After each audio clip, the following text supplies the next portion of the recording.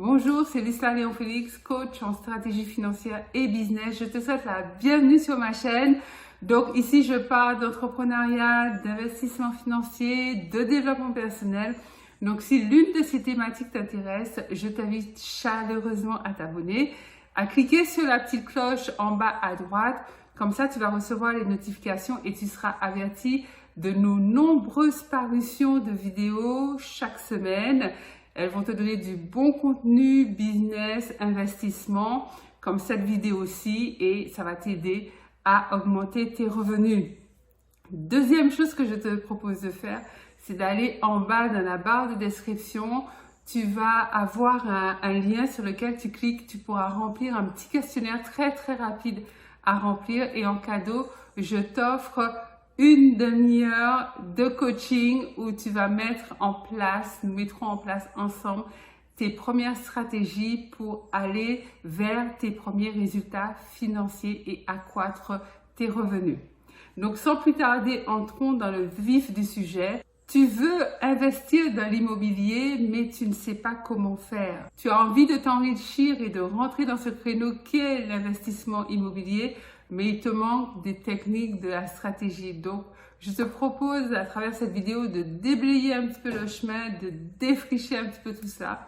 Et si tu as des questions, n'hésite pas à me les poser en commentaire. Donc, il faut savoir que lorsque tu veux investir dans l'immobilier, tu as deux partenaires fondamentaux. Je dirais deux partenaires incontournables. Ça doit être tes deux meilleurs amis, your two best friends. C'est important, c'est incontournable parce que sans eux, ça sera compliqué, mon ami. Ça sera peut-être même pas possible. Alors, le premier de tes meilleurs amis, c'est ton banquier. Oui, c'est la banque. C'est-à-dire que c'est lui qui va te dire oui ou non à ton projet d'investissement immobilier. Donc, pour qu'il puisse te dire oui, tu vas devoir mettre toutes les cartes de ton côté. Tu vas devoir lui présenter un maximum d'atouts. Tu vas devoir monter ton dossier et réfléchir à ton projet de manière efficiente. En fait, quand tu prends rendez-vous à la banque, quand tu vas devant ton banquier pour lui exposer ton projet et lui demander dans quelle mesure il peut t'accompagner financièrement pour tel ou tel investissement, tu dois arriver devant lui en ayant toutes les conditions réunies pour qu'il puisse te dire oui. Pourquoi ? Parce que en fait, le banquier, ce n'est pas comme la plupart des gens le pensent, un prêteur d'argent. Un banquier, c'est un gestionnaire de risque.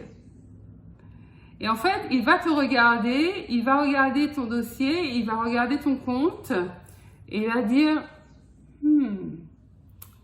si je lui prête tout cet argent, est-ce qu'il va me rembourser? Est-ce qu'elle va me rembourser? Et si jamais il a le moindre doute, le moindre petit doute lorsqu'il va se poser cette question, il te dira non. Il n'aura pas d'état d'âme. Ça ne lui coûtera absolument rien de te dire non, qu'il ne t'accompagne pas. Il préférera te dire non plutôt que de prendre un risque avec toi qui va l'emmener dans du contentieux, il aura du mal à récupérer ses sous, enfin bref, le deal va foirer. Donc, je vais te donner quelques astuces pour que tu puisses arriver devant ton banquier avec le meilleur profil possible, c'est-à-dire le profil de la personne à laquelle on ne peut pas dire non, si tu vois ce que je veux dire. Déjà, c'est ta propre situation financière, ton propre compte. Avant de prendre rendez-vous, fais un état des lieux de ton compte. Est-ce que tu es toujours dans le rouge? Est-ce que ton banquier t'appelle tout le temps? Est-ce que tu es toujours à découvert? Est-ce que l'argent sort n'importe comment de ton compte? Si la réponse est oui à au moins une de ces questions, attends. Ne prends pas rendez-vous tout de suite. Attends. En fait, tu dois prendre le temps qu'il faut, 1 mois, 2 mois, 3 mois, pour bien mettre tes finances à plat. C'est important. Tu dois avoir un compte clean, super clean, à vrai dire. Tu dois avoir de l'épargne. C'est un atout supplémentaire. Il faut savoir que les banques notent leurs clients. Et ça, c'est mon banquier qui me l'a dit. Je ne l'ai pas inventé. Et les notes, ce sont des lettres, selon ce qu'elle m'a expliqué.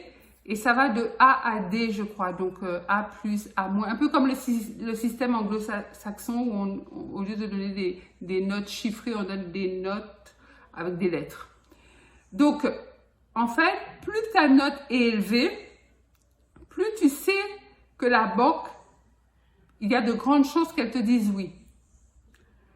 En plus de ça, le fait d'avoir une note élevée, d'être bien noté dans sa banque, te permettra d'avoir accès à des taux de crédit que n'ont pas les mauvais notés, entre guillemets. Il faut savoir également que ton gestionnaire de compte ou la personne qui est responsable des crédits que tu fais auprès de ta banque, c'est cette personne-là qui va devoir aller défendre ton dossier en commission. Et je sais très bien de sources sûres, c'est-à-dire de sources bancaires, que un conseiller financier, un conseiller en crédit ne va pas aller défendre un dossier bancal. C'est clair. Parce qu'il sait déjà qu'on va lui dire non. Et il sait qu'il a pas envie de perdre son temps. Donc, d'entrée de jeu, il n'ira pas en commission, il ne défendra pas ton dossier. Il te dira non très vite. Donc, pense à la gestion de ton propre compte bancaire. Et un compte bancaire sain. Fais attention à tes dépenses et de l'épargne dans la mesure du possible. Avant de te lancer dans un projet de recherche de biens, je te conseille également de prendre rendez-vous avec ta banque, ou ça peut être également une autre banque, pour avoir une simulation bancaire. C'est un document c'est un calcul que la banque fait et elle te remet à l'issue de cet entretien, de ces calculs, elle te remet un document qui te donne la vue sur ta capacité d'endettement pour l'acquisition d'un ou plusieurs biens immobiliers. Donc, c'est intéressant d'avoir ce premier rendez-vous avec la banque, un rendez-vous un peu état des lieux, alors que tu n'as pas du tout commencé ta phase de recherche, parce que ça te permettra d'éviter de perdre ton temps sur des biens que tu ne pourras pas acheter parce que la banque ne te suivra pas. Ils seront trop chers. C'est un document également qui va te rendre crédible auprès de ton deuxième meilleur ami dont on va parler tout à l'heure. Donc, je te disais, en fait, avoir la simulation bancaire, prendre ce premier rendez-vous avec ton banquier te permettra de connaître ton budget d'investissement, d'avoir également une marge pour pouvoir négocier. Si tu vois que le bien il est vraiment au taquet, tu pourras entamer une phase de négociation du bien qui sera rude et sérieuse. De toute manière, même si le bien que tu achètes, par exemple, la banque t'accompagne sur 200 000 ou 300 000 pour investir, même si tu jettes ton dévolu sur un bien qui fait 100 000 euros parce que c'est l'affaire, etc., c'est toujours bon de négocier. Alors, pas l'énergie qu'on va mettre dans la négociation dépend aussi du bien et du prix auquel il est vendu. Mais bon, ça fera l'objet d'une autre vidéo. Dis-moi en commentaire si tu veux que je te fasse une vidéo sur les techniques de négociation. Alors, à présent, on va parler de ton deuxième meilleur ami. Alors, ton deuxième meilleur ami, ils sont plusieurs, ils sont une famille en fait. C'est les agents immobiliers. Les agents immobiliers ou les courtiers immobiliers, ça dépend par quoi tu commences. Tu peux te positionner sur les deux d'ailleurs, rien n'empêche. C'est eux, si tu arrives à te constituer un bon réseau d'agents immobiliers, c'est eux qui vont t'informer des biens sur le marché, parfois même avant qu'ils n'arrivent sur le marché. C'est-à-dire que tout le monde va faire ses recherches sur Le Bon Coin ou sur seloger.com. Mais il y a des biens qui n'arrivent jamais sur ces sites-là. Parce que ça se passe par le bouche à oreille en fait, dans le réseau d'agents immobiliers.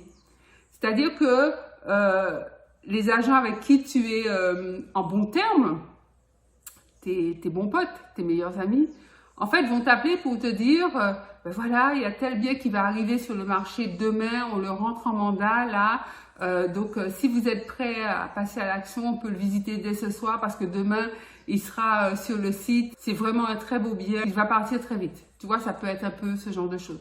Donc avoir un bon réseau d'agents immobiliers te permet souvent de dénicher des affaires avant les autres. Maintenant, c'est pas tout le temps le cas.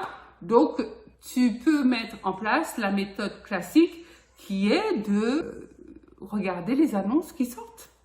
En fait, chaque jour, tu détermines un temps que tu vas passer à scruter les annonces qui correspondent bien sûr à tes critères de recherche. Alors, si tu sais que ta banque t'accompagne sur 200 000 euros, tu vas pas aller regarder les biens de 300 000, ça sert à rien, tu vas perdre ton temps. Donc, tu vas sélectionner tous les biens qui sont sur le marché et pour une mise en vente inférieure à 200 000 euros, tu vas cibler ton secteur géographique, la ville qui t'intéresse et chaque jour, tu vas passer une demi-heure, 1 heure à rechercher les biens et à te positionner sur ces biens-là. Donc, tous les biens ne vont pas répondre à tes critères. Tous les biens ne sont pas bons à acheter lorsqu'on fait de l'investissement immobilier. La plupart des biens que tu verras sur le Bon Coin ou sur Se Loger, je dirais 90% de ces biens-là ne sont pas des biens que tu devras acheter, en fait. Il y a des critères de sélection, c'est-à-dire que tu vas devoir regarder le prix du bien, les prestations de ce bien-là, ta marge de manœuvre, c'est-à-dire comment tu peux négocier, le secteur géographique et surtout la destination que tu veux faire pour le bien. Ça peut être de la colocation, donc c'est sûr que si tu veux faire de la colocation, tu vas quand même choisir une ville plutôt étudiante. La location saisonnière, ben, tu vas pas chercher des biens qui sont à côté d'une usine, tu vas plutôt chercher des biens qui sont sur un secteur où on part en vacances. Si tu veux louer en nu, bon, là, les critères de recherche sont plus vastes. Tu vas simplement devoir regarder au prix d'achat de ce bien parce que la rentabilité d'un bien lorsque tu le loues nu est moins élevée que les autres types de location. Si c'est des bureaux, enfin bref, tu vois que tes critères de recherche ne sont pas à prendre à la légère. Et les agences immobilières avec lesquelles tu travailles, lorsque tu décides de te positionner sur une niche particulière dans le secteur de l'immobilier, les agences doivent bien connaître tes besoins, tu dois être super clair. Donc, ça nécessite que tu aies bien pensé à ton projet en amont. Et lorsque tu fais toi-même tes recherches sur Le Bon Coin ou sur seloger.com, cible pour éviter de perdre ton temps. Parce que tu vas repérer plusieurs annonces, sur 10 annonces que tu vas repérer, tu vas peut-être en visiter 3 ou 5 maximum. Donc, voilà ce que je voulais te dire. Je vais te parler de tes 2 meilleurs amis, donc le banquier, l'agence immobilière. Dis-moi en commentaire si ta situation bancaire, ton compte bancaire, la gestion de ton compte te permet d'ores et déjà de prendre un rendez-vous. Si ce n'est pas le cas, explique-moi pourquoi, est-ce qu'il te reste à faire et est-ce que ça te paraît pertinent de travailler avec des agences immobilières. Donc, partage cette vidéo. Je suis sûre que ça va éclairer, ça va apporter du contenu à 1 ou 2 personnes qui est intéressée par l'investissement immobilier. C'est Lucela Léon Félix, coach en stratégie financière et business coach. Je te dis à très vite pour une nouvelle vidéo.